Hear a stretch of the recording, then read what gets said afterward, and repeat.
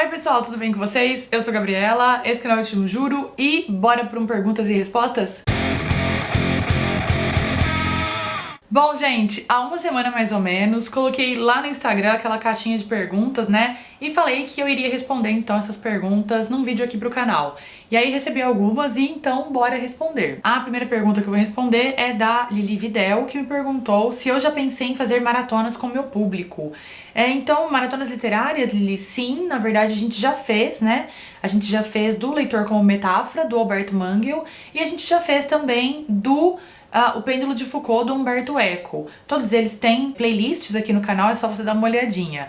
Para esse ano eu não pensei em nenhuma, a vida tá um pouquinho desorganizada, então não pensei em nenhuma maratona, mas quem sabe mais pro fim do ano a gente não consiga fazer alguma coisa, talvez um livro mais curto, algo do projeto Bibliofilia, quem sabe.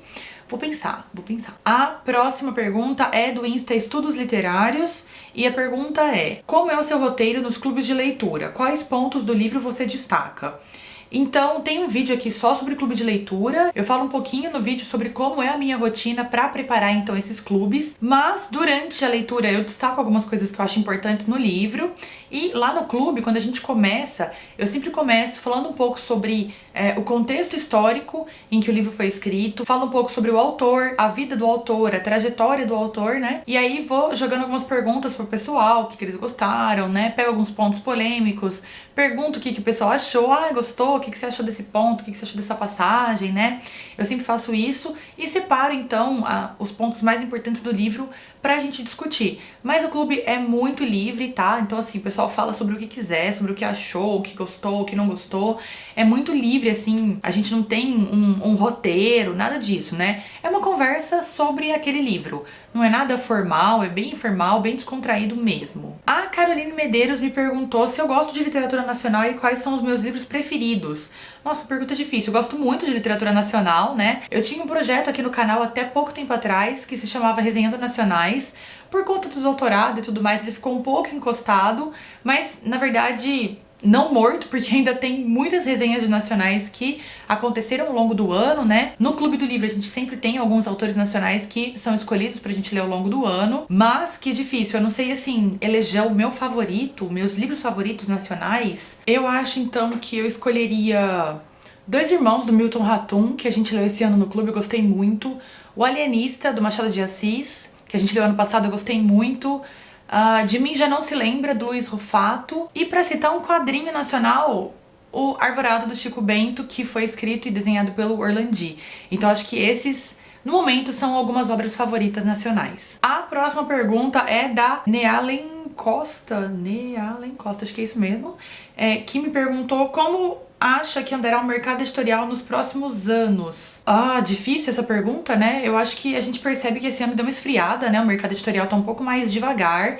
Eu acho que mudança de governo, né? Muita coisa envolvida aí no mercado, em investimentos, em vendas, né? Então eu acho que por isso, talvez, né, as coisas deram uma desacelerada, estão um pouco mais lentas. Eu acho que uma tendência é que as livrarias menores comecem a ganhar mais espaço. Eu acho que é uma tendência que editoras menores comecem a ganhar mais espaço. E também acho que é uma tendência que a gente veja cada vez mais editoras de nicho, né, para públicos específicos. Então, editoras de terror, editoras de clássicos, editoras de ficção científica.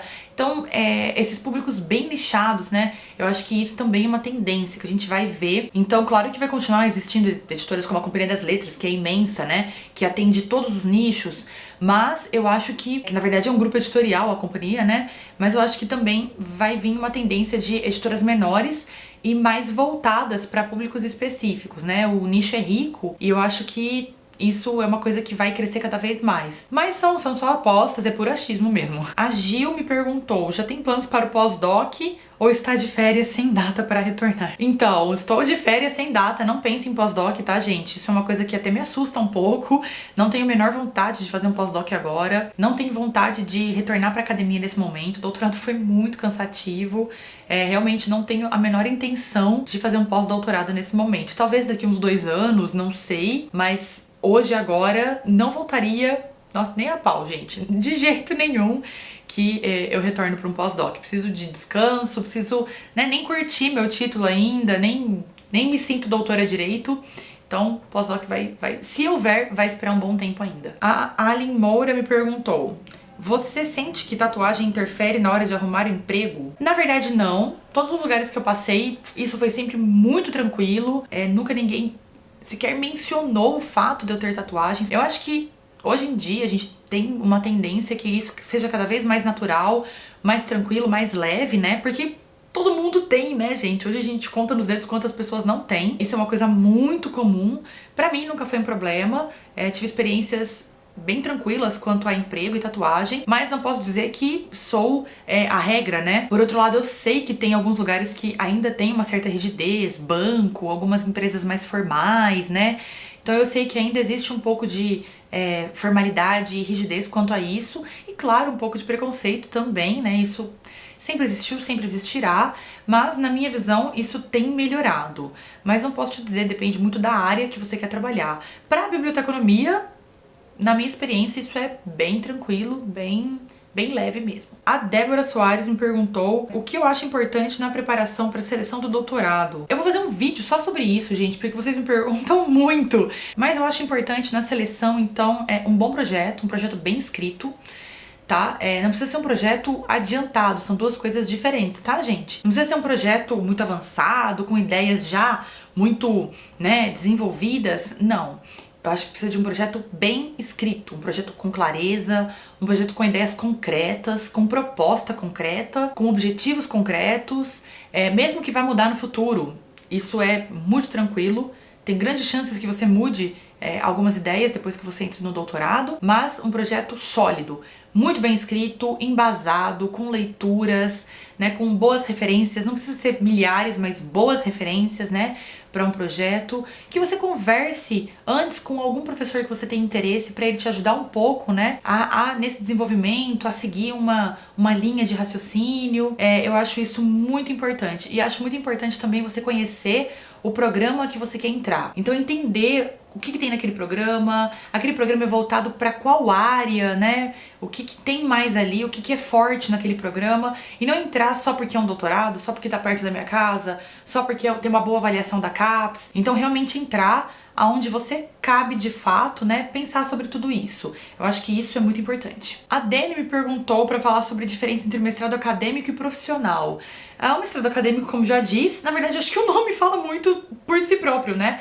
O acadêmico é voltado para a área acadêmica, né? Então você faz com o objetivo de fazer um doutorado depois, seguir na área acadêmica, na docência, na pesquisa científica. E o profissional é mais voltado para mercado de trabalho. Então você vai fazer com um olhar voltado para o mercado, que você vai poder aplicar no seu dia a dia, na sua profissão. Então acho que essa é a diferença básica. Eu tenho um vídeo que eu comento um pouco sobre mestrado, doutorado, MBA, especialização. Vou deixar o link aqui embaixo. A Bruna Martioli, fofa, uma querida, beijo, Bru, me pediu para falar então como escolher uma tese pro doutorado, para uma dissertação pro mestrado, e como eu cheguei na minha ideia do Panizzi, na minha tese de doutorado. Então, na verdade, o tema é muito difícil, né? Tem que ser uma coisa que você tem interesse, que venha com você, talvez assim, não o tema em si, né? No meu caso, não o Anthony Panizzi em si, mas pra mim o que me ajudou muito é que eu sempre gostei de estudar a história da biblioteconomia. Então, já com esse olhar de história da biblioteconomia, veio o filtro que era então falar sobre a história da catalogação e o Anthony Panizzi. Então eu acho que assim,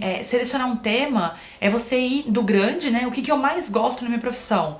X coisa. Então dessa X coisa, ir para uma Y, ir para uma Z, e ir filtrando realmente os assuntos, os temas que são do seu interesse. Até você chegar num menor, porque uma dissertação de mestrado e uma tese de doutorado, elas têm que ser enxutas, né? Você não pode querer reinventar a roda, querer salvar o mundo em 2 anos, né?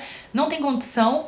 Então, o mais enxuto possível é um grão de areia, né? Na pós-graduação você vai estudar um grão de areia, não tem jeito. Eu cheguei no Anthony Panizzi porque, na verdade, eu tava saindo de um mestrado que eu tinha trabalhado sobre a história da Unicamp, a construção da Unicamp, o arquivo do professor Zeferino Vaz, que era o reitor da Unicamp. E aí, quando eu terminei, esse trabalho estava concluído, não tinha muito mais o que trabalhar nessa área, nesse tema, né? E aí comecei a pensar, então, que eu realmente gostava muito de história da biblioteconomia e queria continuar trabalhando com trabalhos que têm esse perfil histórico. E em conversa com uma professora que foi minha professora lá na graduação, que eu queria muito que me orientasse no doutorado, a professora Julia Cripa. Conversava, então, professora, eu queria muito um tema, né? Tô pensando, tô meio perdida, eu sinto que meu tema de mestrado já foi encerrado, eu queria uma outra coisa.